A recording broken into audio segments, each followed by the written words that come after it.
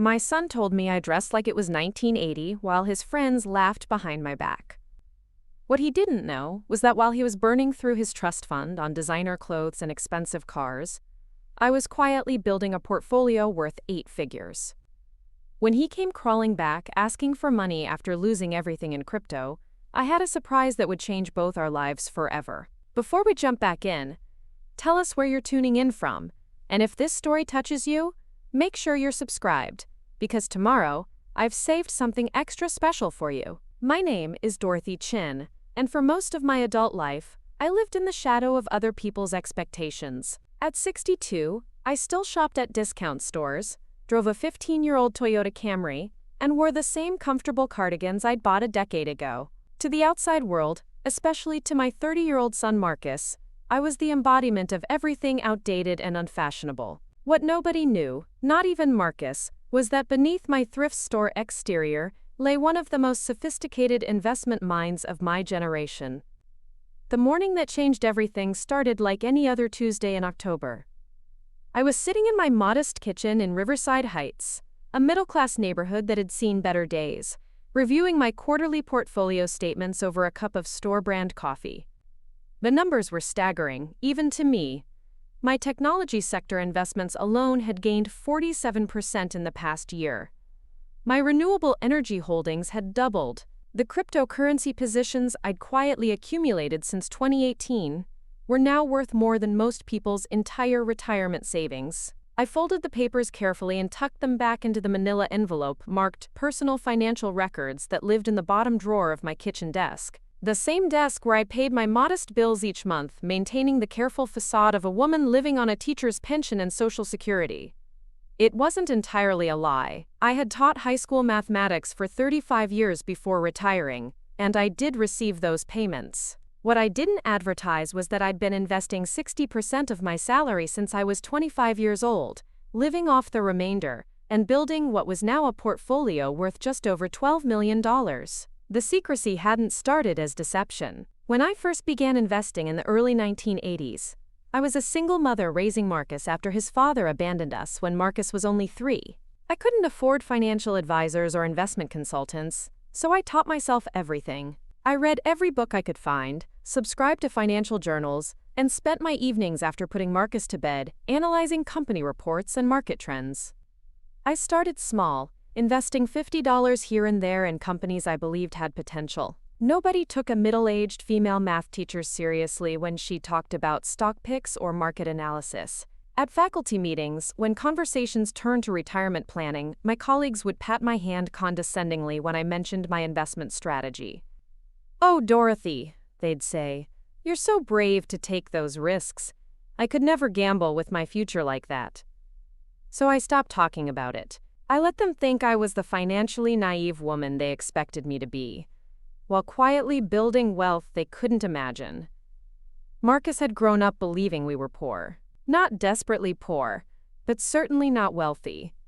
I made sure he understood the value of money by making him work for his allowance and take part-time jobs during high school. I wanted him to develop character and work ethic, qualities I feared he might lack if he knew about our true financial situation. When he got into Stanford University, I told him we'd have to take out student loans because I couldn't afford the full tuition. In reality, I could have paid for his entire education in cash, but I wanted him to have skin in the game. That decision came back to haunt me during his senior year when Marcus discovered his trust fund.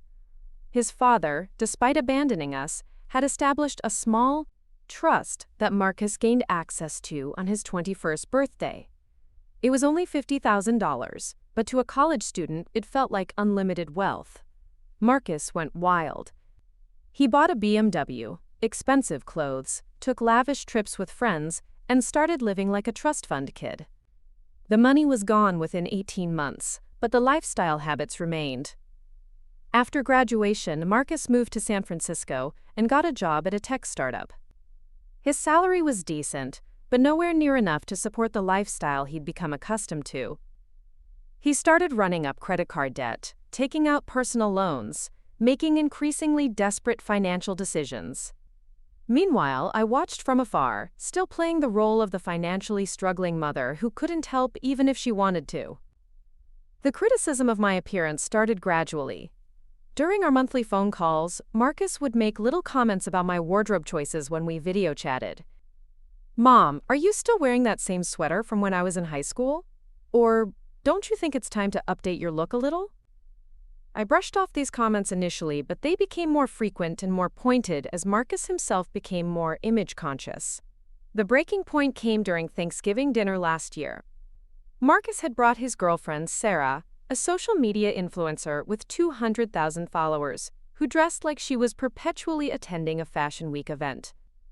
They arrived at my small house in Sarah's white Range Rover, both of them looking around my modest neighborhood like they'd accidentally wandered into a museum exhibit about middle-class life. During dinner, Sarah was taking photos of her food for her Instagram story when she noticed my outfit. I was wearing a comfortable brown cardigan I'd bought at Walmart 5 years earlier, paired with simple black slacks and sensible shoes. Sarah looked at me with what I can only describe as pity mixed with amusement. "Mrs. Chen," she said, her voice dripping with fake sweetness, "I have to ask, where do you shop for clothes? I'm doing a series on vintage fashion and your style is so authentically retro." Marcus laughed, not kindly. "Mom's been wearing the same 10 outfits on rotation since I was in middle school. I keep telling her she needs to update her wardrobe, but she's stuck in 1980. It's not 1980, I said quietly, serving myself more mashed potatoes. These are just comfortable clothes. Comfortable doesn't have to mean outdated, Mom. You could at least try to look contemporary. It's embarrassing when my friends see you." Sarah giggled and whispered something to Marcus that made him laugh harder. I excused myself to the kitchen and stood at the sink, hands gripping the counter, trying to process what had just happened. My own son was embarrassed by me. Not by my actions or my values, but by my appearance. By the fact that I prioritized comfort and practicality over fashion and status symbols. But what hurt most was the underlying assumption in his criticism that I couldn't afford better. That I was wearing old clothes because I had no choice, because I was financially limited. If only he knew that while he was maxing out credit cards to buy designer jackets, I was quietly accumulating wealth that would make his tech startup salary look like pocket change. After they left that evening, I sat in my living room and made a decision. I wasn't going to reveal my financial situation yet, but I was going to start paying closer attention to Marcus's choices. If he wanted to judge people based on their appearance and material possessions, I needed to understand exactly what kind of person he was becoming.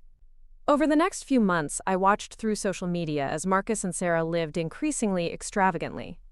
Expensive dinners at trendy restaurants, weekend trips to Napa Valley, designer clothes and accessories that cost more than most people's monthly mortgage payments. Marcus had moved into a luxury apartment in Soma that I knew cost at least $4,000 a month.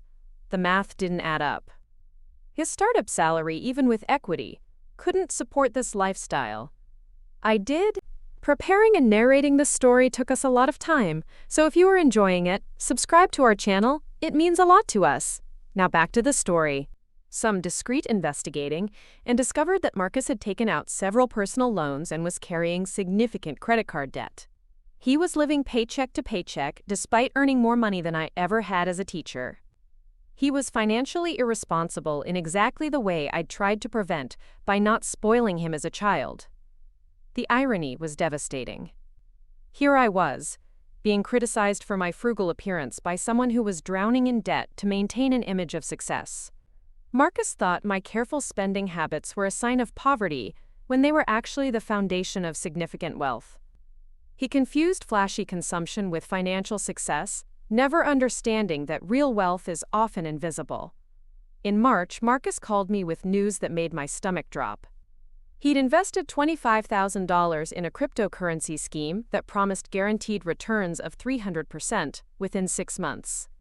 The investment had been wiped out overnight when the platform turned out to be a sophisticated scam. "I don't know what to do, Mom," he said, his voice shaky with panic. "I borrowed that money against my apartment security deposit and credit cards. If I can't pay it back, I'm going to lose everything." "Marcus," I said carefully, "how exactly did you borrow $25,000 if you didn't have it to invest?" The story that came out was even worse than I'd imagined. Marcus had been using payday loans, cash advances, and peer-to-peer lending platforms to fund his lifestyle for months. The cryptocurrency investment was supposed to be his way out of the debt spiral, his chance to make enough money to pay everything off and still have some left over. Instead, it had pushed him over the edge into complete financial ruin. "I need help, Mom. I know you don't have much, but maybe you could loan me something? Even a few thousand would help me make minimum payments until I figure something else out." I told him I'd think about it and call him back. After hanging up, I sat in my kitchen and stared at the envelope containing my portfolio statements. $12 million. More money than Marcus could spend in a lifetime if he maintained a reasonable lifestyle. Money that could solve all his problems instantly and set him up for genuine financial security. But I also thought about Sarah's condescending comments about my vintage fashion sense. I thought about Marcus laughing as his girlfriend mocked his mother's appearance. I thought about years of criticism and embarrassment, all based on the assumption that I was financially unsuccessful because I didn't display my wealth through expensive clothes and possessions. Marcus needed to learn a lesson about judging people based on appearances. More importantly, he needed to learn the difference between looking wealthy and actually being wealthy. And I was going to be the one to teach him. I called him back the next morning. "Marcus, I can't loan you any money. I'm living on a fixed income, and I don't have anything to spare." The silence on the other end of the line stretched long enough that I wondered if the call had dropped. Finally, Marcus spoke, his voice cold and bitter. "Right, of course. I should have known better than to ask someone who shops at thrift stores for financial help." "Marcus, I know you're upset, but..." "I'm not upset, Mom. I'm disappointed. I thought maybe family would be willing to help family, but I guess your Depression-era mentality extends to everything, not just your wardrobe." He hung up before I could respond. I sat holding the phone, hurt by his words but also more determined than ever to follow through with my plan. If Marcus thought my financial situation was hopeless because of how I dressed, he was about to learn exactly how wrong he could be. Over the next 2 weeks, I watched from a distance as Marcus's financial situation deteriorated rapidly. His social media posts became less frequent and more desperate. The expensive restaurant photos disappeared, replaced by vague posts about temporary setbacks and new opportunities around the corner. Sarah's presence in his social media feeds decreased noticeably, which told me everything I needed to know about the depth of their relationship. Then came the eviction notice. Marcus called me crying, something I hadn't heard since he was a small child. His landlord was starting proceedings to remove him from his apartment. His credit cards were maxed out, his bank account was overdrawn, and he'd been turned down for every loan he'd applied for. "I might have to move back home, Mom," he said between sobs. "I know your house is small, and you probably can't afford to support me, but I don't have anywhere else to go." "Of course you can come home," I said. "You're always welcome here." "I'm sorry about what I said before, about the thrift store thing. I was just stressed and scared, and I took it out on you." "I understand, sweetheart. We'll figure everything out when you get here." But even as I comforted my son, I was planning the most important lesson I would ever teach him. It was time for Marcus to learn that the mother he'd dismissed as financially unsuccessful and embarrassingly outdated was actually one of the most successful investors of her generation. And it was time for him to understand the difference between real wealth and the illusion of prosperity. Marcus arrived on a Friday afternoon in April, looking nothing like the confident young man who'd criticized my wardrobe 6 months earlier. His expensive clothes couldn't hide the stress and exhaustion written across his face. He carried 2 suitcases containing what remained of his possessions after selling everything else to pay debts. The BMW was gone, repossessed 3 weeks earlier. I helped him settle into his old room, which I'd kept exactly as he'd left it when he moved to San Francisco. As he unpacked his belongings, I could see him taking inventory of my house with different eyes. The same modest furnishings he'd always seen were now a reminder of what he perceived as his own failure, moving back home to live with his financially struggling mother. That evening, we sat in my living room and I listened as Marcus told me the full extent of his financial problems. The numbers were staggering. He owed nearly $80,000 to various creditors, not including the defaulted apartment lease and other obligations. His credit score had dropped to the point where he couldn't rent an apartment or qualify for most jobs that required background checks. "I don't know how this happened, Mom," he said, his head in his hands. "I thought I was doing everything right. I had a good job, I was making decent money, I was investing in my future." "Tell me about these investments," I said gently. The story that emerged was a textbook example of financial illiteracy disguised as sophistication. Marcus had been seduced by get-rich-quick schemes, cryptocurrency promises, and high-risk investments that he didn't understand. He'd confused speculation with investing, and volatility with opportunity. Meanwhile, he'd ignored basic financial principles like emergency funds, diversification, and living below his means. "I thought people like us had to take big risks to get ahead," he explained. "I didn't want to end up like—" He stopped, realizing what he was about to say. "Like me?" I finished for him. "Mom, I didn't mean—" "It's okay, Marcus. I know what you think of my financial situation. You've made it very clear over the years." He looked around my simple living room with its second-hand furniture and discount store decorations. "I just wanted more than this. I wanted to be successful. And you thought success meant spending money you didn't have on things you didn't need to impress people you didn't like?" Marcus looked surprised by the directness of my question. "That's not what I was doing." "Isn't it $25,000 on cryptocurrency you didn't understand? Luxury apartments you couldn't afford? Designer clothes bought with credit cards?" "I was investing in myself, in my image. You have to look successful to be successful." I stood up and walked to my kitchen desk, pulling out the manila envelope I'd been hiding for so many years. "Marcus, I want to show you something." I spread the portfolio statements across my coffee table, watching as my son's eyes grew wider with each page. Technology stocks, pharmaceutical companies, renewable energy investments, real estate investment trusts, government bonds, international funds, and yes, cryptocurrency positions that had been carefully accumulated and managed for years. "What is this?" Marcus whispered. "These are my investment accounts. Current total value is approximately $12.3 million. The silence in the room was deafening. Marcus picked up statement after statement, his hands shaking as he processed what he was seeing. Holdings in companies he recognized, some of which he dismissed as boring or old-fashioned. Positions that had been carefully built over decades through disciplined investing and patient wealth building. "This can't be real," he said finally. "Mom, you're a retired teacher. You live in this tiny house, you drive that old car, you shop at Walmart. I am a retired teacher. I do live modestly and shop carefully. But I've also been investing 60% of my income for 37 years. While you were spending money to look successful, I was actually becoming successful." Marcus set down the statements and stared at me like he was seeing me for the first time. "You're rich. You're actually rich." "I'm wealthy, yes. But more importantly, I understand the difference between being wealthy and looking wealthy. You've spent your entire adult life confusing the two." "But why didn't you tell me? Why did you let me think we were poor?"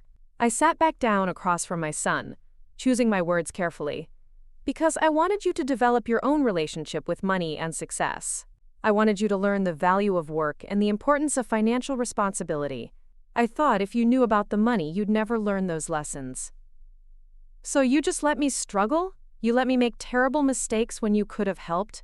"Marcus, helping you would have meant enabling your bad decisions. If I'd given you money to pay for your lifestyle, you would have learned nothing. You'd still be living beyond your means, still confusing consumption with success." He picked up another statement, this one showing cryptocurrency positions worth more than his entire debt load. "You invested in crypto too?" "I've been investing in cryptocurrency since 2018. But I did my research first. I understood the technology, the risks, and the potential. I allocated no more than 5% of my portfolio to high-risk investments like crypto." "You put borrowed money into schemes you didn't understand." Marcus was quiet for a long time, processing everything he'd learned. Finally, he looked up at me with an expression I couldn't quite read. "So when I asked for help with my debts, you assumed I couldn't help because of how I dress and where I shop. You made the same mistake everyone makes, Marcus. You confused frugality with poverty. But you could have paid off all my debts without even touching your principal." "I could have, but that wouldn't have taught you anything." You needed to experience the consequences of your financial decisions. Marcus stood up and walked to my window, staring out at the modest neighborhood where he'd grown up. I've been such an idiot. You've been young and inexperienced, there's a difference. No, Mom, I've been worse than that. I've been arrogant and judgmental and cruel. I criticized you for being practical and smart while I was being stupid and reckless. I joined him at the window. The question now is what you're going to do with this knowledge. I want to learn. I want you to teach me how you did this, how you built all this wealth while living so modestly.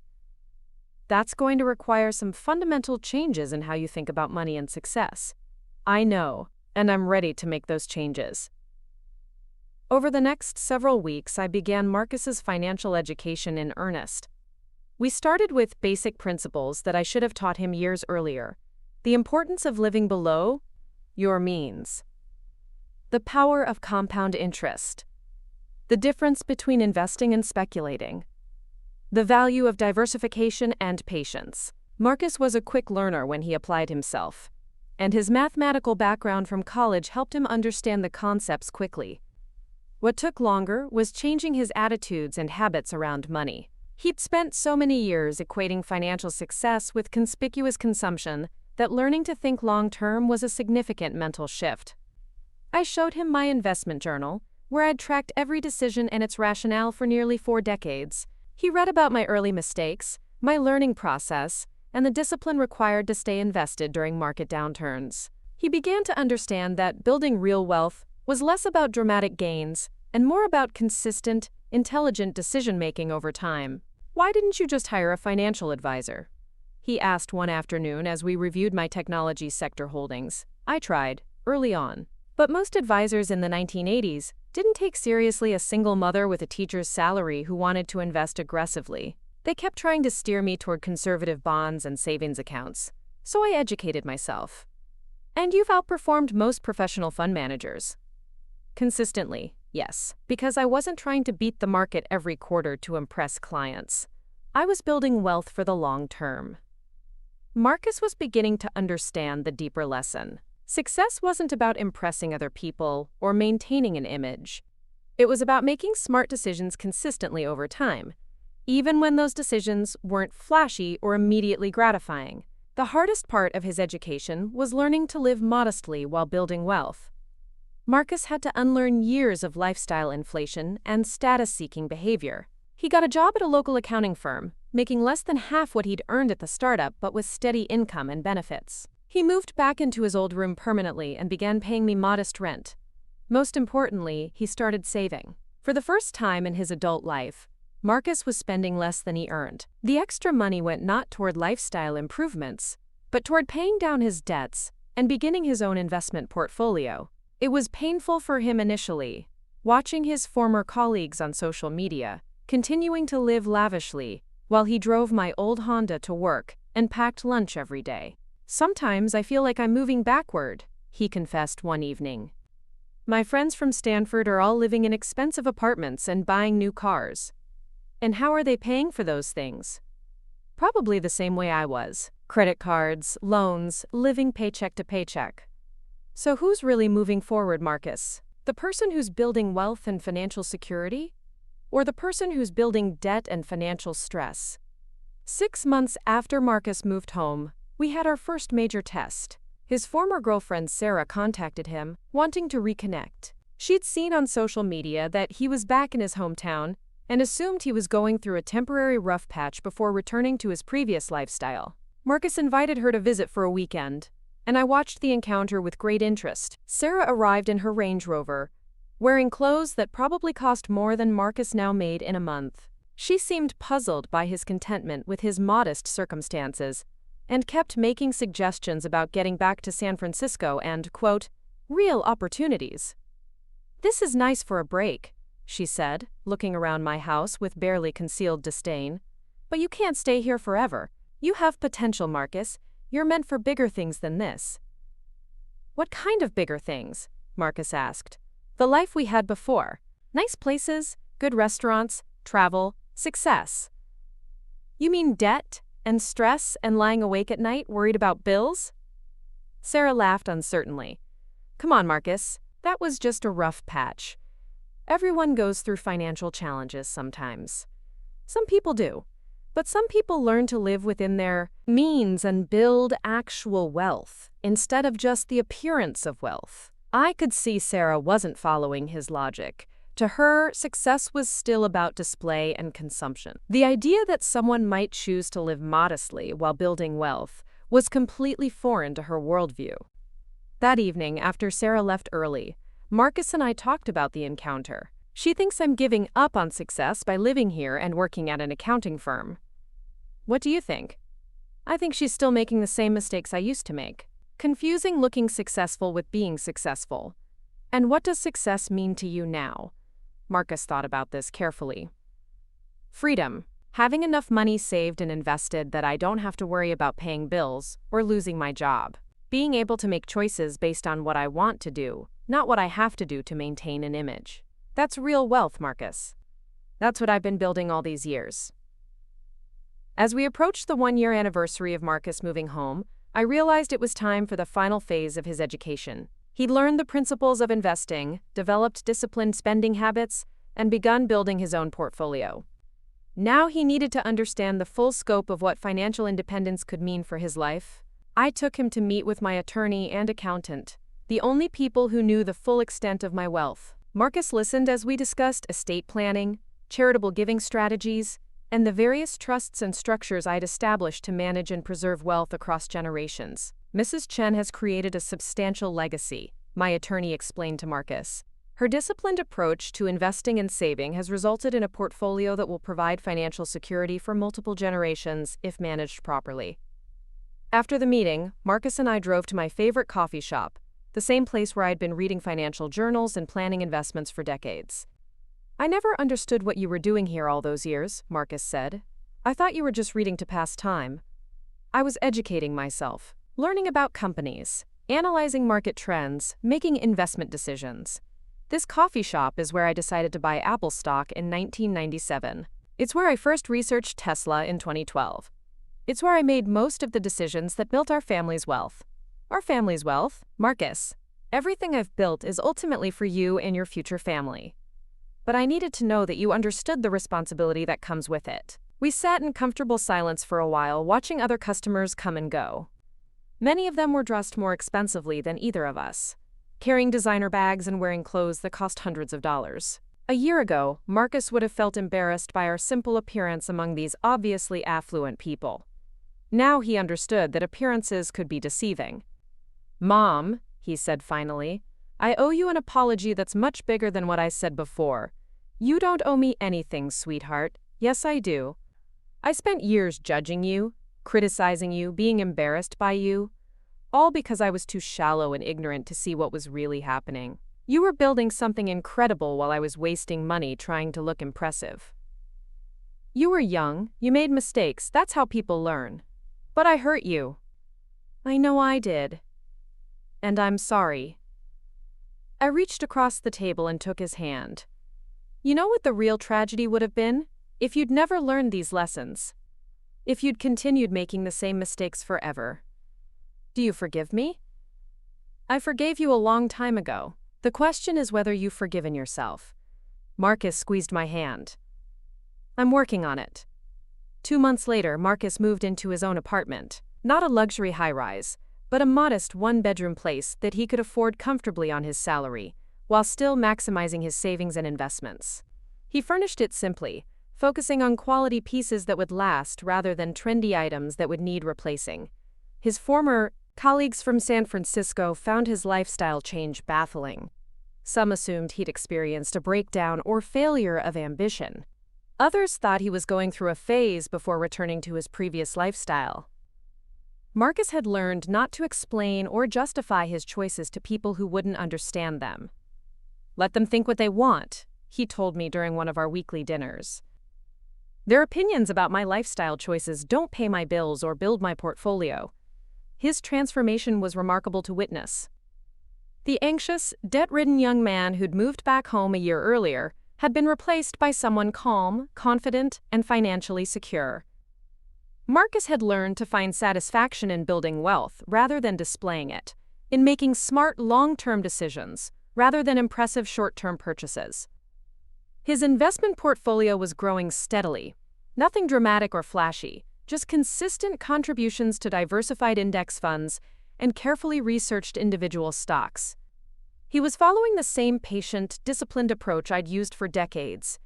In 10 years, assuming average market returns, he would have a substantial nest egg. In 20 years, he would be financially independent. More importantly, he'd learned to separate his self-worth from other people's perceptions of his material success. The opinions of people like Sarah, who judged worth by possessions and appearances, no longer affected him. He'd discovered the deep satisfaction that comes from living authentically rather than performing for an audience. The holidays brought an unexpected test of how much Marcus had really changed. He was invited to a Stanford reunion in San Francisco, his first contact with that social circle since his financial collapse. Many of his former classmates would be there, successful professionals who'd maintained the lifestyle Marcus had abandoned. "Are you going to go?" I asked when he showed me the invitation. "I'm thinking about it. It might be interesting to see everyone again, now that I have a different perspective on success." "And you won't be tempted to fall back into old patterns?" Marcus laughed. "Mom, I've seen my bank account balance grow every month for the past year. I've watched my investment portfolio compound. I sleep better at night than I have since college. Why would I want to go back to stress and debt?" He did go to the reunion, and the experience was exactly what he'd expected. Former classmates competed to share stories of career advancement, expensive purchases, and lifestyle upgrades. Many of them looked successful on the surface, but Marcus could now see the signs of financial stress underneath the designer clothes and confident facades. "It was like watching my old self," he told me afterward. "All that energy spent trying to impress people, all that money wasted on things that don't matter." I felt sorry for them, honestly. "Did anyone ask about what you're doing now?" "A few people. When I told them I was working at an accounting firm and living modestly while building investments, they looked at me like I was crazy. One guy actually said I was wasting my potential." "What did you tell him?" I told him that everyone has to define success for themselves. For me, success means financial freedom and peace of mind, not impressing strangers at cocktail parties.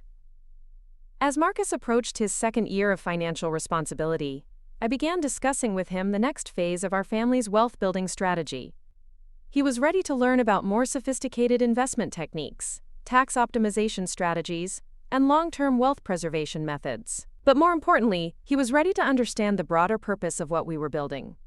Wealth wasn't just about personal comfort or security. It was about creating opportunities, supporting causes we believed in, and building a legacy that could benefit others. "I've been thinking about what I want to do with my life," Marcus said during one of our planning sessions. "Not just how to make money, but what to do with the money once I have it." "What are you thinking?" "Financial education.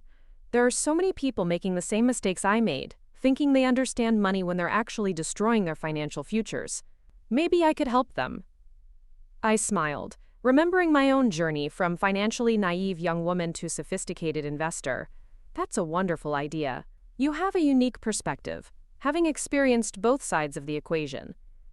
I could start small, maybe volunteer at community centers or schools, teach basic financial literacy to people who need it most. And eventually, maybe build something bigger. A foundation, an educational program, something that could reach people on a larger scale. This was the conversation I'd been waiting to have for 37 years. Marcus had finally understood that wealth was not an end in itself, but a tool that could be used to create positive change in the world. He'd learned not just how to build money, but why building money mattered. Looking back now, I realized that everything happened exactly as it needed to. Marcus's financial collapse, painful as it was to watch, forced him to confront the difference between appearance and reality, between consuming and building, between impressing others and improving himself. If I'd simply given him money to solve his problems, he never would have learned these lessons. He would have remained trapped in the cycle of spending and debt that destroys so many young people. Instead, by letting him experience the consequences of his choices, I helped him develop the wisdom and discipline that will serve him for the rest of his life. The irony of the whole situation still makes me laugh sometimes. Marcus criticized me for dressing like it was 1980 while he was making financial decisions like it was 1929, right before the stock market crash. He thought my practical clothes were a sign of failure while his designer wardrobe was purchased with borrowed money. He confused my disciplined lifestyle with poverty while living in actual financial poverty himself. But the deepest irony was that while Marcus was trying to look like he belonged in 2025 with his modern clothes and trendy lifestyle, I was actually investing like it was 2025, using sophisticated strategies and technology platforms that most people his age never bothered to understand. Today, Marcus and I work together managing our family's investments. He brings fresh perspectives and technological expertise to complement my decades of experience and market wisdom. We've become true partners in building not just wealth, but a lasting legacy that reflects our values and priorities. He still lives modestly, though he could afford much more. His apartment is comfortable but not luxurious, his car is reliable but not flashy, and his clothes are good quality but not designer brands. The difference is that these choices are now intentional rather than necessary. He's learned the profound satisfaction that comes from choosing substance over style, building rather than consuming, creating rather than impressing. Sometimes people who knew Marcus during his spendthrift years are confused by his transformation. They assume he's going through a difficult period or has lost his ambition. They can't understand why someone would choose to live below their means when they could afford more. But Marcus has learned what I discovered decades ago, that real wealth is invisible to most people, and that's exactly how it should be. The people who need to display their money usually don't have as much as they pretend. The people who quietly build wealth over time are the ones who achieve true financial freedom. As I watch my son continue to grow and learn, I'm proud not just of the investor he's becoming, but of the person he's become. He's learned humility, discipline, and the importance of thinking long-term. He's discovered that the most important audience for your life choices is yourself, not the people around you. Most importantly, he's learned that success isn't about what you wear or where you live or what you drive. Success is about having the freedom to make choices based on your values, rather than your fears, your goals rather than other people's expectations, your vision of the future rather than pressure from the present. When people ask me now about my investment strategy, about how a retired math teacher built a multi-million-dollar portfolio, I tell them the truth. It wasn't about finding secret investment opportunities or timing the market perfectly.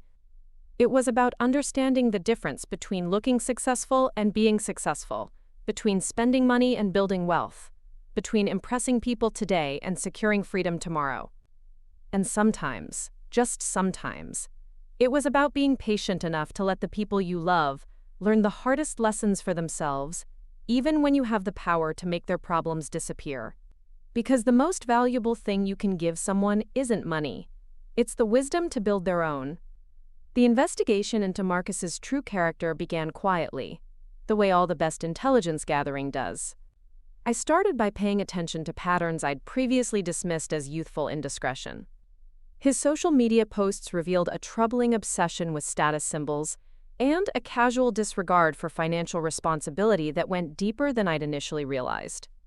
Every photo seemed carefully curated to project an image of success, from the designer coffee cups to the expensive restaurant backgrounds, to the luxury car details visible in his selfies. What disturbed me most wasn't the materialism itself, but the underlying philosophy it revealed. Marcus had internalized a belief system where a person's worth was directly tied to their consumption patterns. He genuinely believed that people who dressed modestly or lived frugally were somehow less valuable, less intelligent, less deserving of respect. This wasn't just about youth or inexperience anymore. This was a fundamental character flaw that needed to be addressed. I began documenting everything with the methodical approach I'd used in my investing career. Screenshots of his social media posts, notes about his phone conversations, records of his financial decisions. I wasn't planning to use this information to hurt him, but I needed to understand exactly what kind of person my son had become. The picture that emerged was deeply troubling. Marcus had developed relationships that were entirely transactional. His friends were chosen based on their social status and financial resources, rather than their character or compatibility. His romantic relationships followed the same pattern, with Sarah being just the latest in a series of women selected primarily for their appearance and social media presence, rather than their intelligence or values. Even his career choices reflected this shallow approach to life. He'd taken the job at the tech startup not because he was passionate about the company's mission or believed in their product, but because working at a startup sounded impressive and trendy. He'd never bothered to research the company's financial stability or long-term prospects, focusing instead on the superficial markers of success like the modern office space and free catered lunches. The deeper I dug into Marcus's life, the more I realized how completely he'd been seduced by what I can only describe as performative success. Everything he did was designed to create an impression rather than build substance. His apartment was chosen for its address and Instagram-worthy aesthetic, rather than its practical value or affordability. His car was selected based on the brand's prestige, rather than reliability or cost of ownership.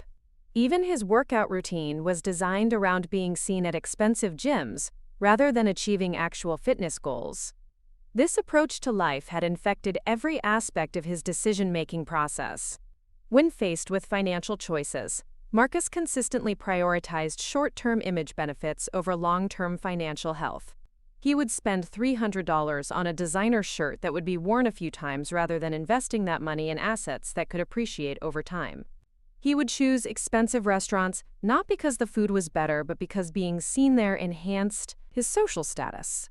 The cryptocurrency disaster that had triggered his current crisis was just the latest and most dramatic example of this pattern. Marcus hadn't researched the platform or understood the underlying technology or assessed the risks involved.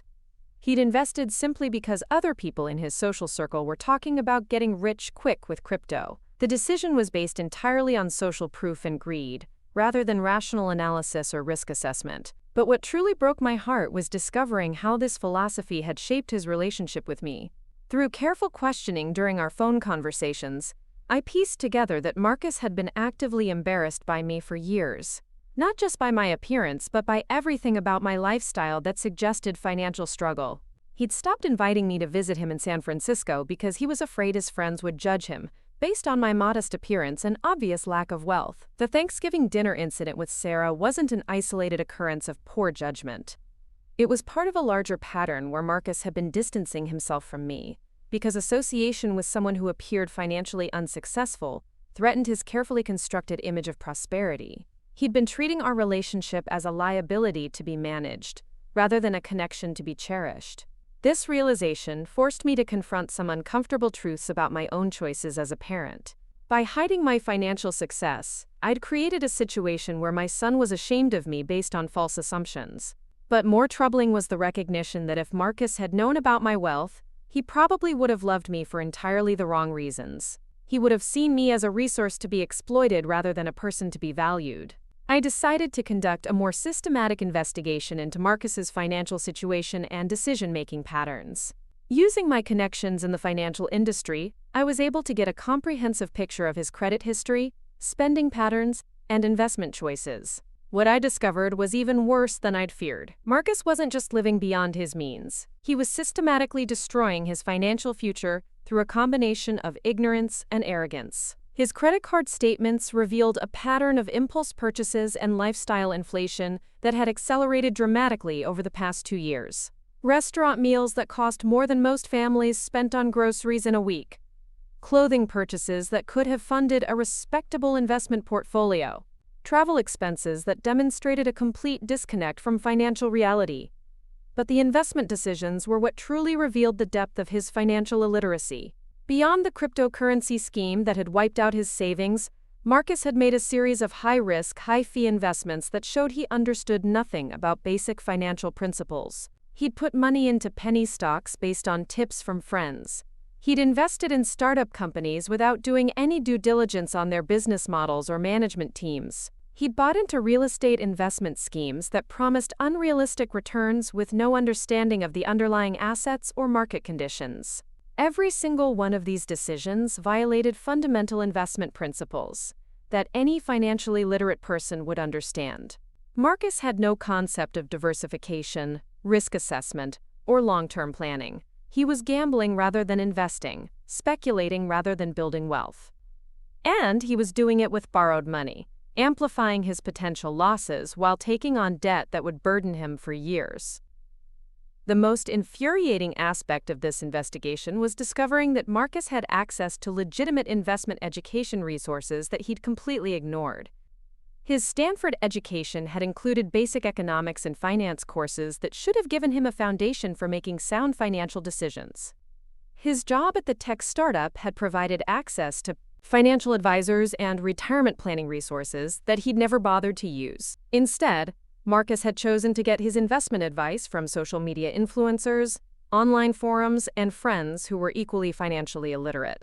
He was following strategies promoted by people whose primary qualification was having large social media followings rather than actual investment expertise or track records of success. This pattern of ignoring legitimate expertise while embracing flashy but unqualified advice sources extended beyond just financial decisions. Marcus had developed a general disdain for anything that seemed boring, traditional, or unglamorous, regardless of its actual value or effectiveness. He preferred trendy new approaches over proven strategies, exciting possibilities over realistic assessments, and impressive-sounding concepts over practical solutions.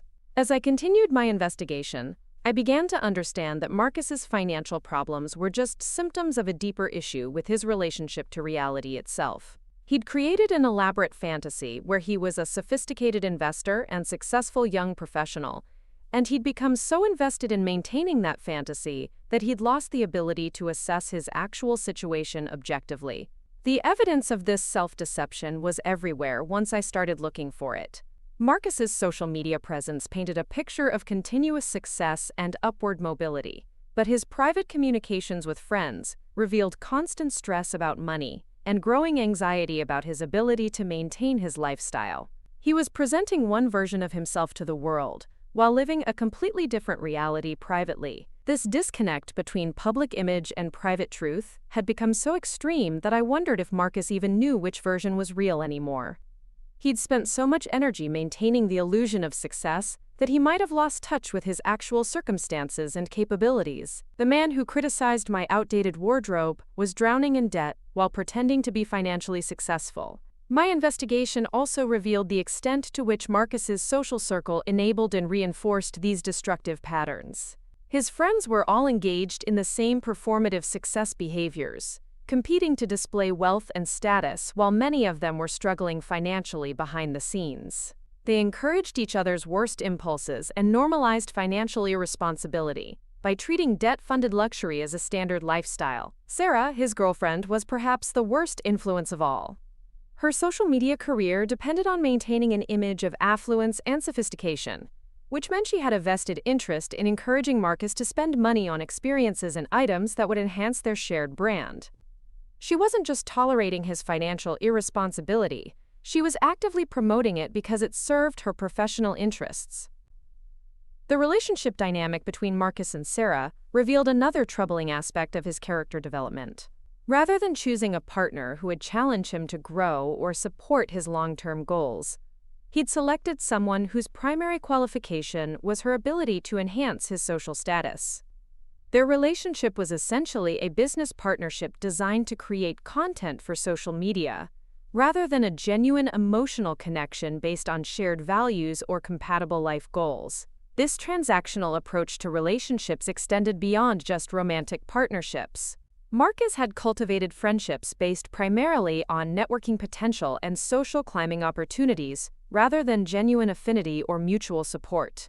His professional relationships were similarly superficial, focused on immediate benefits rather than long-term career development or meaningful work satisfaction. The more I learned about Marcus's life choices, the more I realized that he'd systematically chosen style over substance in every major decision. His apartment, his job, his relationships, his investments, even his hobbies and interests, were all selected based on how they would appear to others, rather than how they would contribute to his actual happiness or success.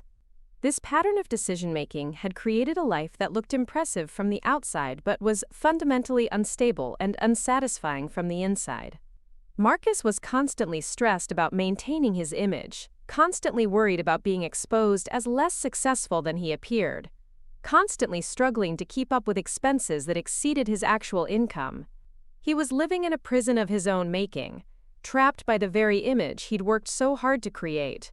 But what concerned me most was that Marcus seemed completely unaware of how his values and priorities had become distorted. He genuinely believed that his approach to life was sophisticated and success-oriented rather than shallow and self-destructive. He thought people like me who prioritized substance over appearance were simply too unsophisticated to understand modern success strategies. This self-righteousness made his situation even more dangerous because it prevented him from recognizing the need for change. Marcus wasn't just making bad decisions. He was making bad decisions while convinced that he was making good ones. He wasn't going to learn from his mistakes because he didn't recognize them as mistakes. He saw his financial problems as temporary setbacks rather than predictable consequences of systematic poor judgment. The investigation phase of my plan culminated when I hired a private financial investigator to conduct a comprehensive assessment of Marcus's situation. This wasn't about invasion of privacy. It was about understanding the full scope of the problem so I could develop an appropriate response. What I learned exceeded even my worst fears about the extent of his financial recklessness. Marcus had accumulated debts across multiple categories that I hadn't even known existed. Beyond the obvious credit cards and personal loans, he'd taken cash advances, used peer-to-peer lending platforms, borrowed against future earnings, and even taken out payday loans at usurious interest rates. The total amount he owed was staggering, but even more concerning was the complexity of his debt structure and the various interest rates and payment schedules he was juggling. The investigator's report revealed that Marcus had been engaging in what financial experts call debt cycling, using new debt to service existing debt while maintaining his lifestyle. This approach creates an illusion of financial stability in the short term while making the underlying problem exponentially worse over time.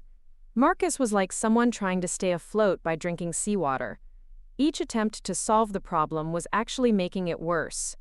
But the most disturbing discovery was evidence that Marcus had begun considering increasingly desperate measures to maintain his lifestyle and avoid confronting his financial reality.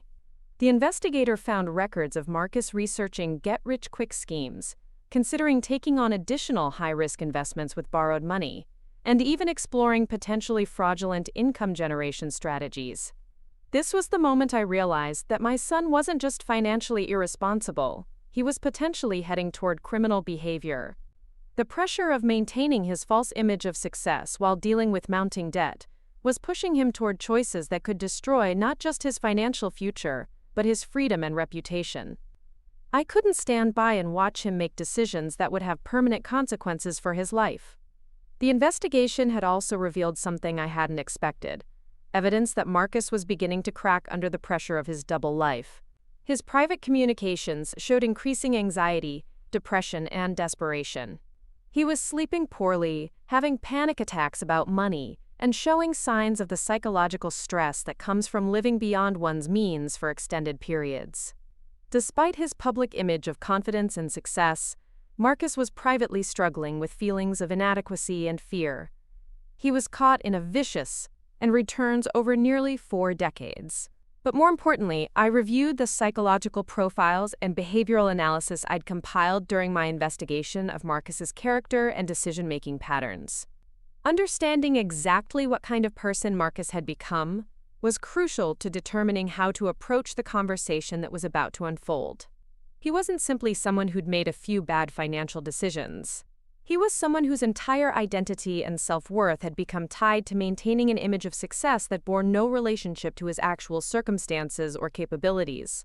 When Marcus arrived, the change in his appearance was startling. The confident, well-dressed young man who'd criticized my wardrobe choices had been replaced by someone who looked exhausted, desperate, and defeated.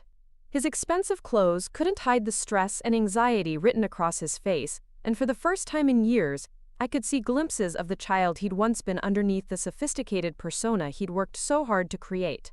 He sat down heavily in my living room, the same room where he'd mocked my modest furnishings and outdated decorating choices. Now, those same modest furnishings seemed to represent stability and permanence, in contrast to the chaos his life had become.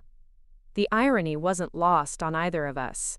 "I've lost everything, Mom," he said without preamble. "My job, my apartment, my car, everything.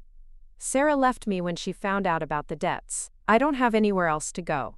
I waited for him to continue, knowing that this moment required him to articulate the full scope of his situation himself, rather than me drawing it out of him through questions.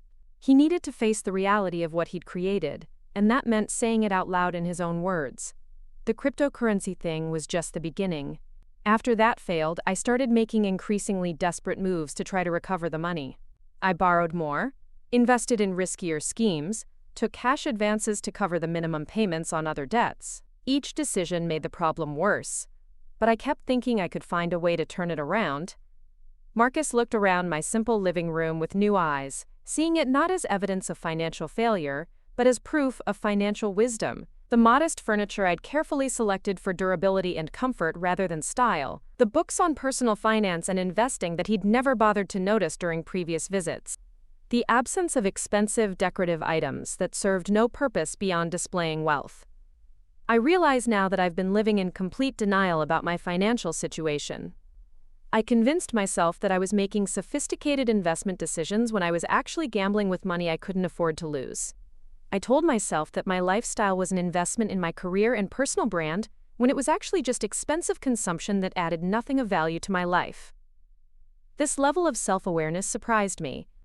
I'd expected Marcus to arrive looking for sympathy and financial assistance, not genuine insight into his own psychological patterns and decision-making failures.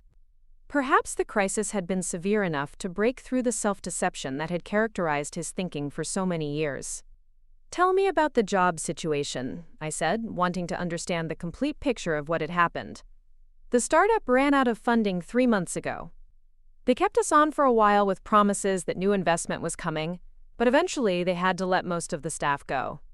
Under normal circumstances, losing a job wouldn't be catastrophic, but I had no emergency fund, no savings, nothing to fall back on. Within a month, I was behind on rent and credit card payments." "What about unemployment benefits? Severance pay?" Marcus laughed bitterly. "Startups don't offer severance packages, and my unemployment benefit barely covered my credit card minimum payments, let alone rent and living expenses. I should have been looking for a new job immediately, but instead I spent weeks pursuing This meant that my role wasn't to convince Marcus to change or to provide him with solutions to his problems. My role was to ensure that when his current approach inevitably failed, he would have the support and resources necessary to build something better. I needed to be ready to help him reconstruct his life on a foundation of authentic values, rather than performative success. The investigation phase had taken nearly 6 months, and had cost me a significant amount of money in private investigator fees, financial analysis, and psychological consultation.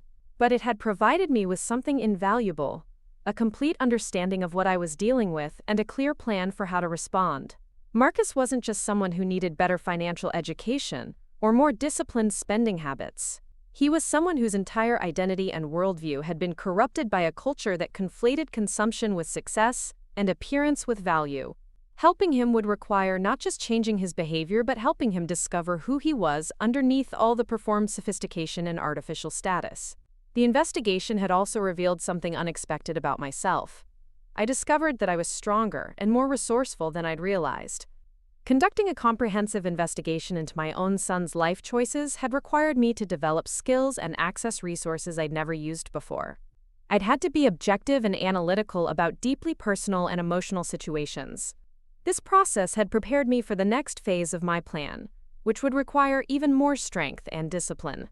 I was going to have to watch my son lose everything while I had the power to help him, and I was going to have to trust that the pain of that experience would ultimately be beneficial for his development. But I was also going to have to be ready for the moment when he was prepared to start over. When Marcus finally hit bottom and recognized that his approach to life wasn't working, I needed to be positioned to help him build something better. Not by solving his problems for him, but by providing him with the knowledge, support, and resources he would need to solve them himself. The investigation had shown me exactly what Marcus needed to learn, and exactly what obstacles he would need to overcome. Now it was time to position myself to be the teacher he would need when he was finally ready to be a student.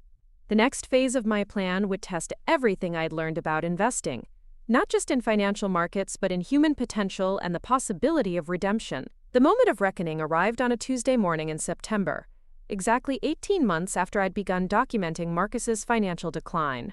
I was sitting in my kitchen reading the quarterly reports from my portfolio managers when my phone rang. The caller ID showed Marcus's number, but when I answered, the voice I heard was barely recognizable as my son's. "Mom, I need to see you. Today. Can I come over?" There was something in his tone that told me this wasn't another casual request for small financial help, or another opportunity for him to criticize my lifestyle choices. This was the call I'd been expecting. The inevitable moment when Marcus's carefully constructed world would finally collapse under the weight of its own contradictions. "Of course, sweetheart. When will you be here?" "I'm already on my way. I'll be there in an hour." The line went dead, leaving me staring at my phone in the sudden quiet of my kitchen. After months of preparation and investigation, the confrontation I'd been planning was finally about to begin. I felt a complex mixture of emotions: sadness for the pain Marcus was undoubtedly experiencing, relief that his destructive patterns were finally reaching their natural conclusion, and determination to handle the next few hours in a way that would maximize his chances of learning from this crisis. I used the time before his arrival to organize the materials I'd been gathering: bank statements showing my actual financial position, research reports on the companies in my portfolio, documentation of my investment strategies, cycle where maintaining his image required continuing the behaviors that were destroying his mental health and financial security. He couldn't admit his problems without destroying his carefully constructed persona, but continuing to hide them was making the problems worse. This psychological dimension of Marcus's situation helped me understand that his criticism of my appearance and lifestyle wasn't really about fashion or aesthetics. It was about his own insecurity and fear. By putting me down for my modest choices, he was trying to validate his own extravagant ones. Criticizing my practical approach to money helped him feel better about his impractical approach. But this insight also revealed the depth of the problem I was facing. Marcus wasn't just making bad financial decisions. He'd developed a complete worldview built around those bad decisions. Changing his behavior would require challenging not just his habits but his entire identity and belief system. This wasn't going to be a simple matter of providing information or advice. It was going to require a fundamental restructuring of how he thought about success, value, and self-worth. As I compiled all the information from my investigation, I began to see the full scope of what needed to happen. Marcus needed to lose everything in order to have any chance of building something real. His current lifestyle and social circle were so toxic that incremental change wasn't possible. Only a complete collapse of his false world would create the conditions necessary for him to start over with better values and priorities. This realization was both liberating and terrifying. Liberating because it meant I could stop trying to save him from the consequences of his choices and instead focus on ensuring he learned from them. Terrifying because it meant watching my son experience significant pain and humiliation while I had the power to prevent it. But I also understood that preventing that pain would be the worst thing I could do for him. If I used my wealth to solve his problems, he would learn that irresponsible behavior had no consequences, that someone would always bail him out, and that maintaining appearances was more important than developing character. He would become even more entitled and reckless, not more responsible and wise. The investigation had shown me that Marcus was already heading toward a financial collapse whether I intervened or not. His debt load and spending patterns were unsustainable regardless of any help I might provide. The only question was whether that collapse would be a learning experience that led to positive change, or just a temporary setback that reinforced his worst tendencies. By choosing not to intervene financially, I wasn't causing his problems. I was ensuring that when those problems reached their inevitable conclusion, he would be forced to confront the real causes rather than just treating the symptoms. It was going to be painful for both of us, but it was the only path that offered any hope for his long-term development as a person. The final phase of my investigation involved researching Marcus's specific personality type and the most effective approaches for helping someone with his psychological profile change destructive patterns. I consulted with financial therapists, addiction counselors, and behavioral economists to understand how people overcome the kind of consumption-based identity that Marcus had developed. What I learned was both encouraging and sobering.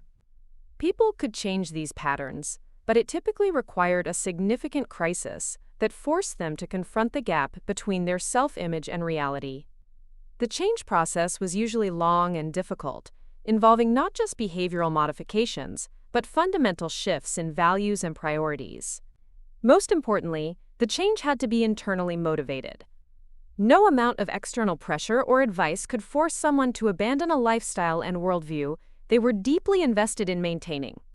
The motivation for change had to come from their own recognition that their current approach wasn't working, and their own desire to build something better. Rich, quick schemes that I thought would solve all my problems at once. The pattern he was describing was exactly what I'd observed during my investigation, but hearing him articulate it himself was both encouraging and heartbreaking. Encouraging because it suggested he was finally capable of honest self-assessment. Heartbreaking because it revealed how completely he'd been seduced by unrealistic thinking and instant gratification. What about your friends, Sarah? Didn't anyone offer to help? That's when I learned the difference between real relationships and transactional ones. The people I thought were my friends were only interested in me when I could contribute to their social experiences and lifestyle activities. When I couldn't afford to go out anymore, couldn't travel, couldn't participate in expensive group activities, they gradually stopped including me. This was perhaps the most important realization Marcus needed to have. His entire social circle had been based on shared consumption rather than shared values or genuine affection. When his ability to consume disappeared, so did his relationships. The people he'd prioritized over family, the social connections he'd considered more sophisticated and valuable than his relationship with me, had proven to be completely superficial. And Sarah made it very clear that she'd gotten involved with me because I seemed financially successful and could provide the kind of lifestyle she wanted to display on social media. When my financial problems became obvious, she didn't even pretend to care about me as a person. She was already moving on to someone else before she officially broke up with me. Marcus had discovered what I'd known all along. Relationships based on materialism and status are inherently unstable because they depend on external circumstances rather than genuine connection. Sarah hadn't loved him. She'd loved what he could provide for her image and brand. When he could no longer provide those things, there was nothing left to hold the relationship together. I keep thinking about the things I said to you, Mom, about your clothes, your house, your lifestyle. I was so arrogant and judgmental, and I was completely wrong about everything. You weren't unsuccessful because you lived modestly. You were successful because you lived modestly. This acknowledgement meant more to me than Marcus could possibly understand, not because I needed his approval or validation, but because it suggested he was finally beginning to understand the difference between appearance and reality, between looking successful and being successful. What do you plan to do now? I asked.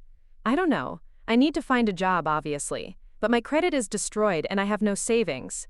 I'll have to take whatever I can get and slowly work my way back up. It's going to take years to recover from this, assuming I ever do. Marcus paused, looking directly at me for the first time since he'd arrived. I know I have no right to ask you for help after the way I've treated you, but I was hoping I could stay here temporarily while I get back on my feet. I'll pay you rent as soon as I can, and I'll help with household expenses however I can. This was the moment I'd been preparing for throughout my investigation and planning process. Marcus was finally in a position where he might be receptive to learning about financial responsibility and authentic success.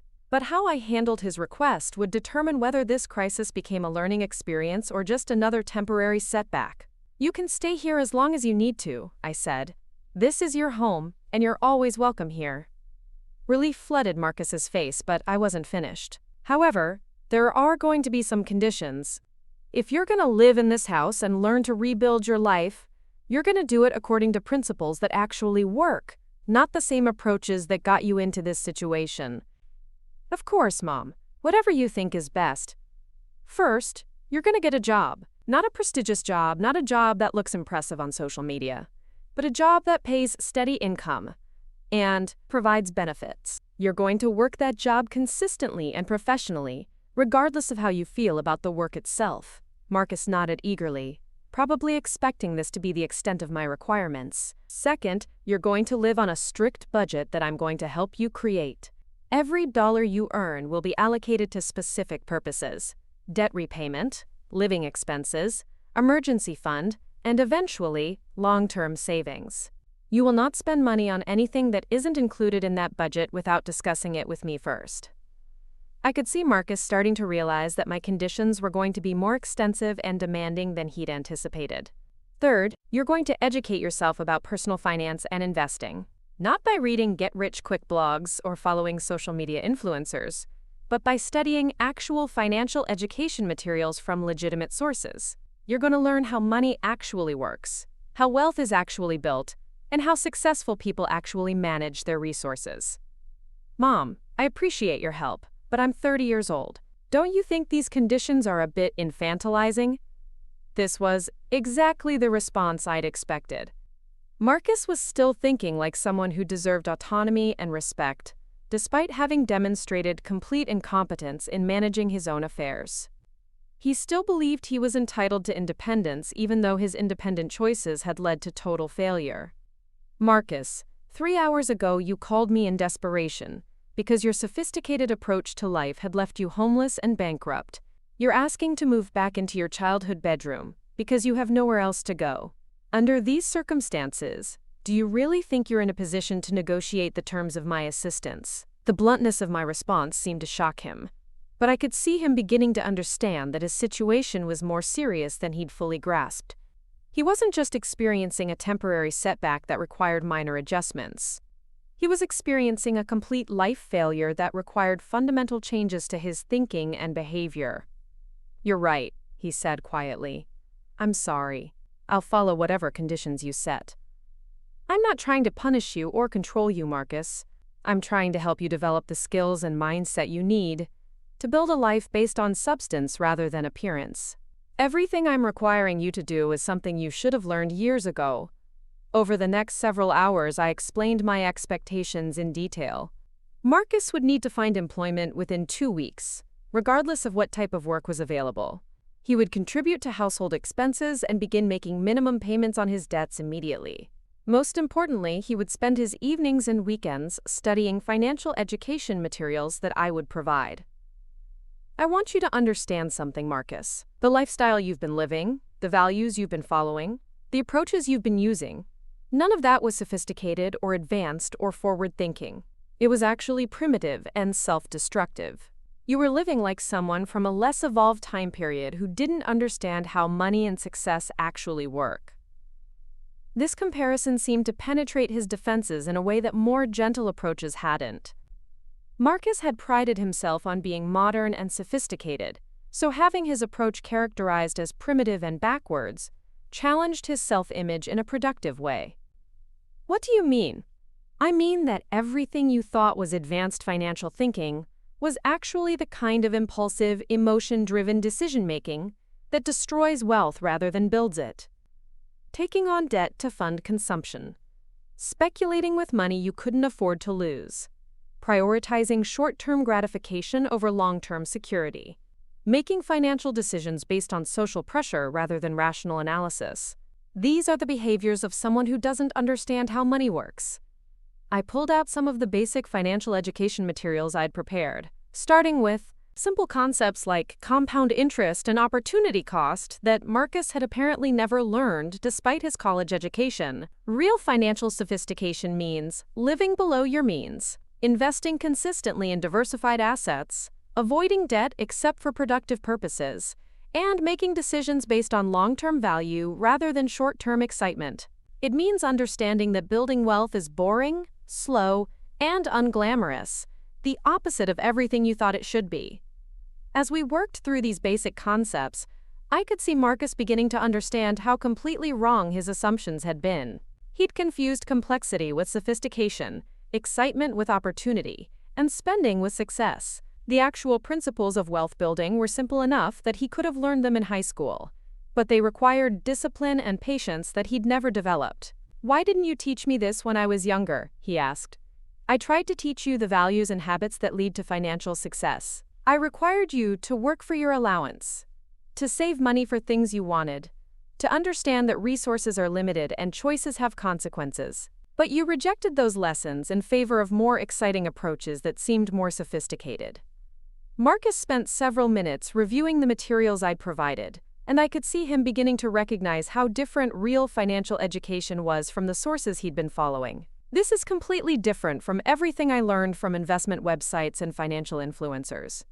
Because those sources aren't designed to educate you. They're designed to entertain you and make you feel smart, while encouraging you to make decisions that generate revenue for the people providing the advice. Real financial education is boring and unglamorous, because building wealth is boring and unglamorous. That evening, Marcus began the process of applying for jobs online. Watching him navigate employment websites with the same focused attention he'd once reserved for social media and entertainment was encouraging. For the first time in years, he was approaching a practical task with genuine seriousness rather than performative sophistication. Most of these jobs pay less than half what I was making at the startup, he observed. And that's fine. You're not looking for a job that matches your previous lifestyle. You're looking for a job that provides stable income while you rebuild your financial foundation. Your previous salary was meaningless because you spent more than you earned. A lower salary that you live below is infinitely more valuable than a higher salary that you exceed. This concept seemed to require significant mental adjustment for Marcus. He'd been trained to think about income as the primary measure of success, so accepting a lower-paying position felt like failure rather than progress. But he was beginning to understand that his relationship with money needed to be completely restructured. Over the next few days, Marcus submitted applications for dozens of positions, focusing on stability and benefits rather than prestige or excitement. Administrative roles, customer service positions, entry-level accounting jobs, work that would have embarrassed him months earlier, but now represented hope for a stable foundation on which to rebuild his life. While he waited for responses from employers, Marcus spent his time studying the financial education materials I'd provided. Watching him discover basic concepts like asset allocation and risk management was both educational and painful. These were things he should have learned before making his first investment, but he'd been so seduced by more exciting approaches that he'd never bothered with fundamentals. "I can't believe how much I didn't know," he said one evening as we reviewed a basic explanation of how compound interest works. "I thought I understood investing, but I didn't even understand the most basic concepts. That's why your investment results were so poor. You were making decisions without understanding the principles that determine whether those decisions will be successful or not." The hardest part of Marcus's re-education was helping him understand that building wealth requires patience and discipline, rather than intelligence and excitement. He'd been attracted to investment strategies that promised quick results and required minimal waiting, not realizing that those characteristics made them more likely to fail rather than succeed. "Real investing is incredibly boring," I explained. "You find good companies or funds, you buy them regularly regardless of short-term price movements, you hold them for decades, and you reinvest the dividends. That's it. No exciting trades, no dramatic gains, no sophisticated strategies. Just consistent, patient wealth building over time. But how do you know which companies or funds to choose? You don't try to predict the future or find hidden opportunities. You buy broad diversification across the entire market, which gives you exposure to all the companies that will be successful without requiring you to guess which ones they'll be." This approach was completely different from everything Marcus had believed about investing. He'd thought successful investing required special knowledge or superior analytical abilities, not realizing that trying to be smarter than the market was actually the mistake that destroyed most people's investment returns. What about all those people who make millions trading stocks or cryptocurrency? Most of them lose money, but you only hear about the few who get lucky. It's survivorship bias. The people who fail don't get featured in success stories. And even the ones who do well usually lose it eventually, because their approach is based on luck rather than sustainable principles. As Marcus worked through these concepts, I could see him beginning to understand how completely his thinking about money and success had been corrupted by exposure to unrealistic examples and misleading information. He'd been trying to emulate people who were either lying about their results or had succeeded through luck, rather than skill. After a week of intensive job searching, Marcus received an offer for an entry-level position at an accounting firm. The salary was modest, but the job offered steady hours, good benefits, and opportunities for professional development. Most importantly, it was honest work that would provide the stable foundation he needed to begin rebuilding his life. "It's not exciting," he said, as he considered the offer. "It's not the kind of job I imagined having at this point in my life."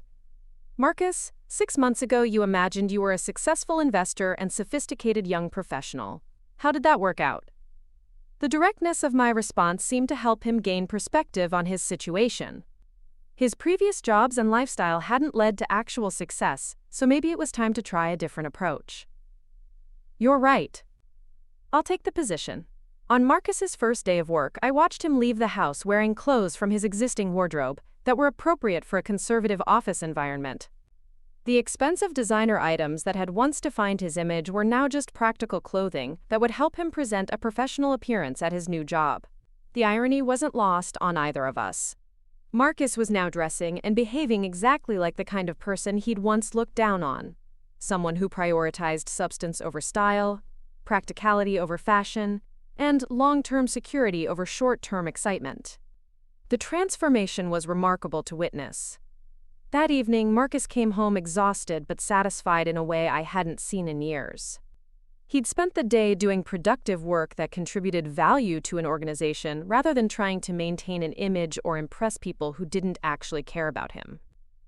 "It felt good to have a real job again," he said. "To know that I earned my pay through actual work rather than speculation or manipulation." Over the following weeks, Marcus settled into a routine that would have horrified his former self, but was providing him with genuine stability and peace of mind. He worked conscientiously at his job, studied financial education materials in the evenings, and lived according to the strict budget we'd developed together. The budget itself was a revelation for Marcus. For the first time in his adult life, he knew exactly where every dollar was going and why.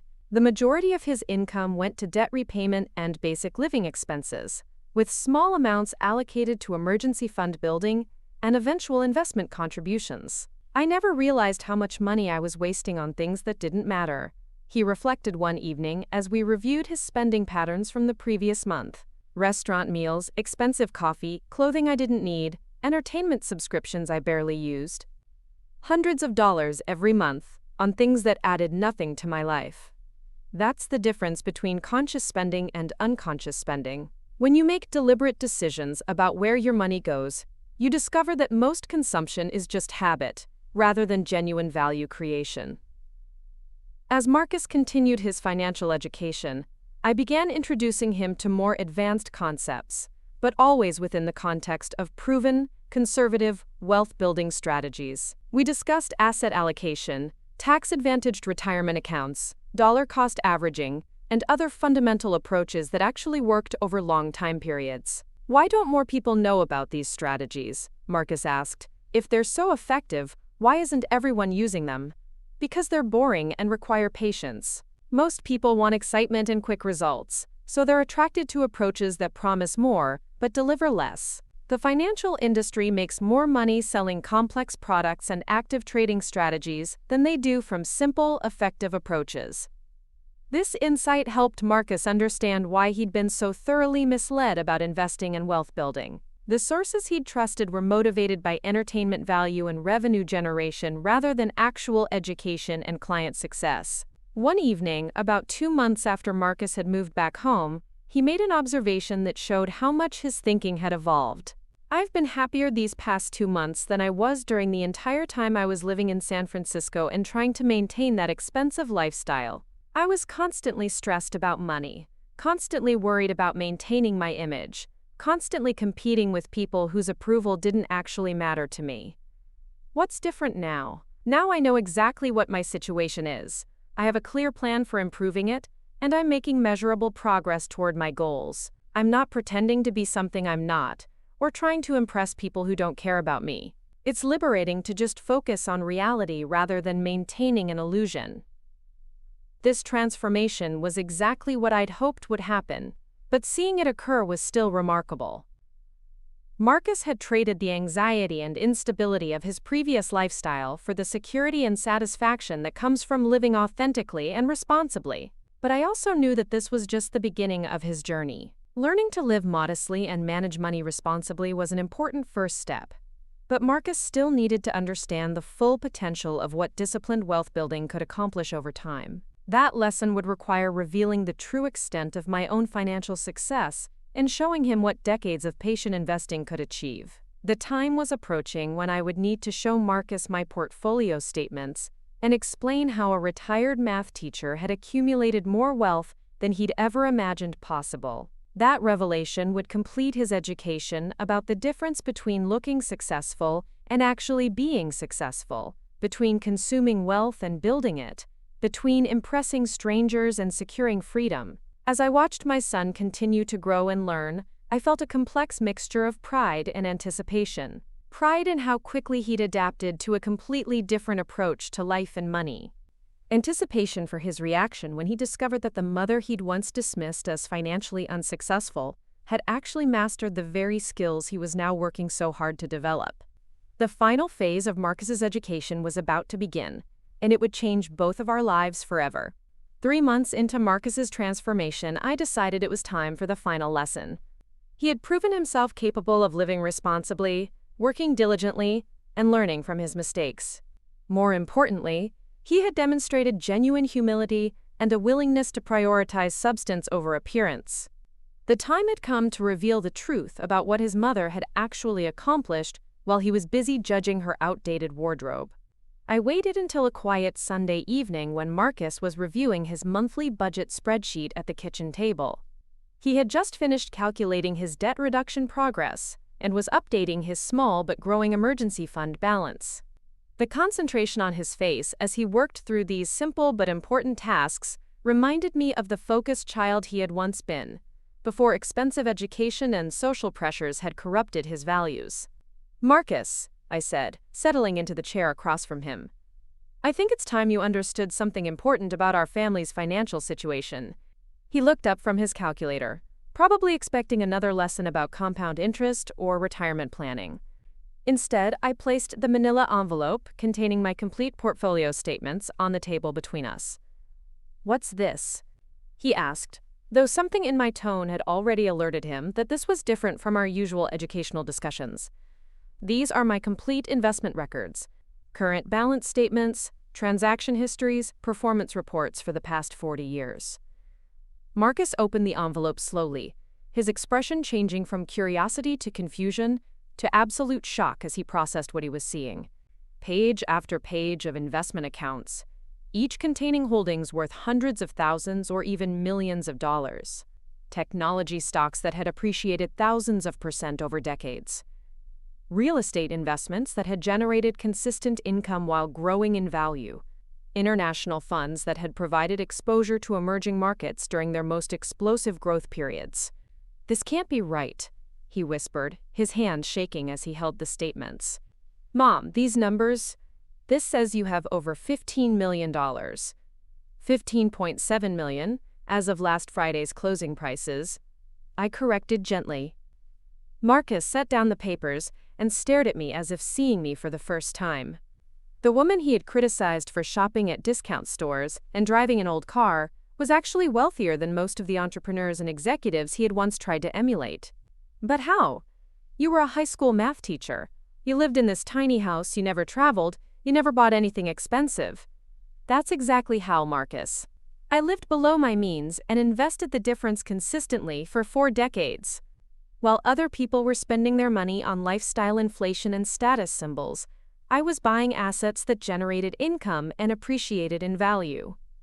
He picked up another statement, this one showing cryptocurrency holdings that had been accumulated gradually over several years through careful dollar-cost averaging rather than speculative gambling. "You own Bitcoin, Ethereum, but you always seemed so traditional."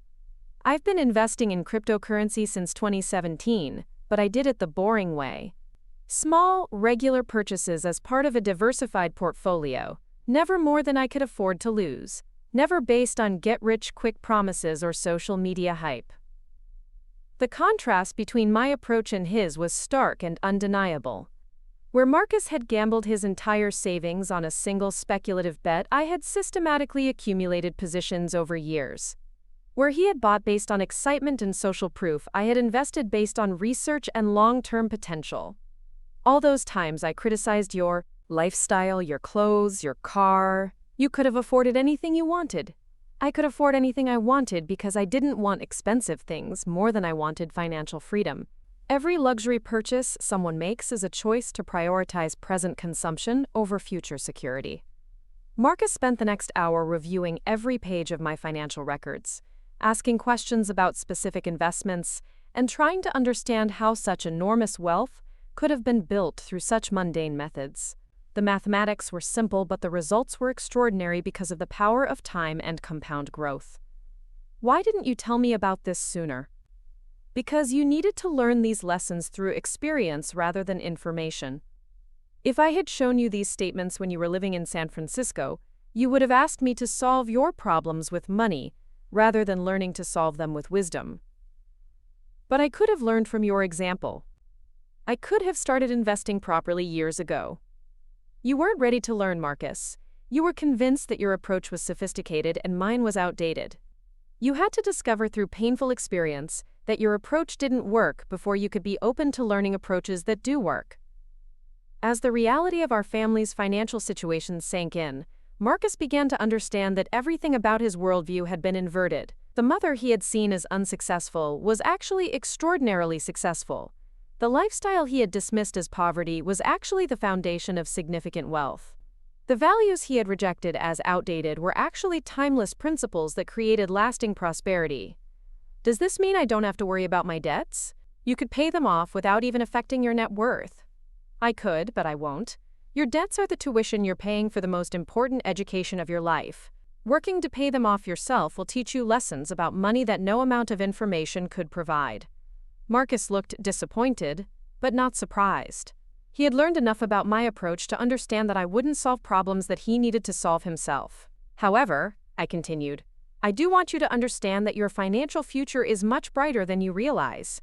You're not just learning to manage money responsibly, you're learning the same principles that created this portfolio. If you continue applying what you've learned consistently over time, you'll build substantial wealth of your own. Over the following weeks, Marcus's perspective on success and wealth continued to evolve as he processed the implications of my revelation. He began to see his modest lifestyle not as a temporary sacrifice but as the foundation for long-term prosperity. He understood that his current frugality wasn't evidence of failure, but preparation for future abundance. I keep thinking about Sarah and all my friends from San Francisco, he said one evening. They thought you were unsuccessful because you didn't display wealth. But you were more successful than any of them while they were drowning in debt to maintain their images. Real wealth is often invisible to people who don't understand what to look for. The flashiest consumers are frequently the most financially vulnerable, while the most successful wealth builders often live modestly by choice. Marcus had learned to recognize the signs of authentic success rather than performed success. He could now see that my old car represented conscious choice rather than financial limitation, that my modest house reflected priorities rather than constraints, and that my simple wardrobe demonstrated values rather than poverty. 6 months after moving back home, Marcus received a promotion at his accounting firm along with a salary increase. His immediate reaction was to discuss with me how the additional income should be allocated rather than assume he could upgrade his lifestyle. The extra money should go toward debt reduction first, then building your emergency fund to 6 months of expenses, then beginning serious investment contributions, I advised. Not even a small increase in discretionary spending? Marcus, every dollar you spend on lifestyle inflation today is several dollars less wealth you'll have in the future. The choice isn't between spending and saving, it's between small pleasures now and financial freedom later. His disciplined response to increased income proved that he had truly internalized the principles I had been teaching. He understood that wealth building required treating every dollar as an investment decision rather than a consumption opportunity. As Marcus's first year of financial responsibility concluded, we celebrated, not with expensive purchases but with a review of his progress. His debts were nearly half paid off, his emergency fund was fully established, and he had begun making regular contributions to a diversified investment portfolio. "Look at these numbers, Mom," he said, showing me his net worth calculation spreadsheet. 12 months ago, I had negative $80,000 net worth. Now I'm almost at positive $10,000. That's a $90,000 improvement in 1 year. Most people never achieve that kind of financial progress because they focus on income growth rather than wealth-building fundamentals. More importantly than the numbers was the change in Marcus's character and values. He had developed patience, discipline, and the ability to delay gratification. He had learned to find satisfaction in progress rather than possessions, in building rather than consuming, in authentic achievement rather than performed success. "I want to apologize again for the way I treated you," Marcus said. "Not just for the specific things I said, but for the entire attitude I had about success and money and what kind of person deserved respect. You were young and misguided. What matters is that you've learned and grown from the experience. I realize now that you gave me the greatest gift possible by letting me fail and learn from my mistakes rather than rescuing me from the consequences of my choices." 2 years after his financial collapse, Marcus had not only recovered but had positioned himself for a lifetime of financial success. His debts were completely eliminated, he had substantial emergency savings, and his investment portfolio was growing steadily through consistent contributions and compound returns. He had also begun sharing his knowledge with others, volunteering to teach financial literacy classes at the local community center. Watching him help other people avoid the mistakes he had made was deeply satisfying, knowing that his painful education was now benefiting others who might otherwise follow the same destructive path. "I love teaching these classes," Marcus told me after one of his sessions. "When I see people making the same assumptions I made about money and success, I can help them understand the difference between building wealth and just looking wealthy." Marcus had found his purpose in helping others develop the financial wisdom he had learned through hard experience. His former life of performative success had been replaced by authentic contribution, using his knowledge to benefit people who needed guidance, rather than impress people who didn't care about him.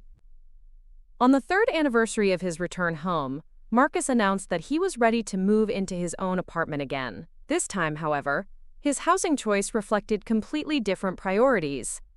Instead of an expensive high-rise chosen for status, he selected a modest but comfortable place that fit easily within his budget while maximizing his ability to save and invest.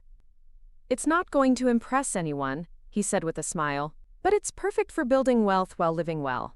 As Marcus established his independent household again, I realized that my work as his financial educator was complete. He had learned not just the mechanics of money management, but the values and principles that make financial success sustainable over time. He understood that real prosperity comes from wisdom rather than income, from discipline rather than luck, from patience rather than cleverness.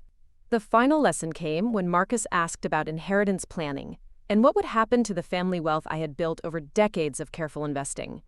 "This money isn't really mine, Marcus. It's the family's resources that I've been stewarding for the next generation. When the time comes, you'll inherit not just money, but the responsibility to continue building and preserving wealth for the future." "I understand. And I want you to know that I'll handle that responsibility much better than I would have a few years ago." "I know you will. You've learned the most important lesson, that wealth is a tool for creating security and opportunity, not a resource for impressing strangers or funding lifestyle inflation." Today, Marcus continues to live modestly while building wealth steadily through the principles I taught him. His success is measured not by what he owns or wears or drives, but by his growing net worth, his financial security, and his peace of mind. He has learned that true sophistication lies not in consumption but in creation, not in spending but in saving, not in impressing others but in building something lasting. Looking back on this journey, I realize that both Marcus and I learned important lessons. He learned that success is about substance rather than style, that wealth building requires patience and discipline, and that the most impressive people are often those who don't try to look impressive. I learned that sometimes the greatest gift you can give someone is the chance to fail and recover stronger, that protecting people from consequences prevents them from developing strength, and that authentic love sometimes requires allowing painful but necessary growth experiences. The young man who once criticized my wardrobe for being outdated now understands that I was actually investing like someone from the future, while he was spending like someone from the past. The son who was embarrassed by his financially responsible mother now models his own life on the same principles that created the wealth he once failed to recognize.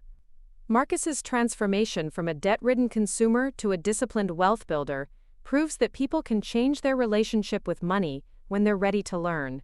His story demonstrates that financial success isn't about intelligence or education or social connections, but about values and habits and the willingness to prioritize long-term security over short-term gratification. The most satisfying part of this entire experience has been watching Marcus find genuine happiness through authentic success rather than performed prosperity. He has discovered that real wealth provides freedom and peace rather than stress and competition. That building something substantial is more satisfying than buying something expensive. And that the approval of people who share your values matters more than the envy of people who don't understand your choices. Sometimes I think about what would have happened if I had simply given Marcus money to solve his problems when he first asked for help. He would have learned nothing, changed nothing, and eventually found himself in the same situation or worse. By allowing him to experience the full consequences of his choices, I gave him the opportunity to develop wisdom that will serve him for the rest of his life. Marcus now understands that looking like you belong in 2025 while making financial decisions like someone from 1925 is a recipe for disaster, while living modestly in any era while investing wisely provides the foundation for lasting prosperity. He has learned that the secret to success isn't dressing for the future but thinking for the future, not looking sophisticated but being sophisticated, not impressing observers but building reality. Up next, you've got 2 more standout stories right on your screen. If this one hit the mark, you won't want to pass these up. Just click and check them out.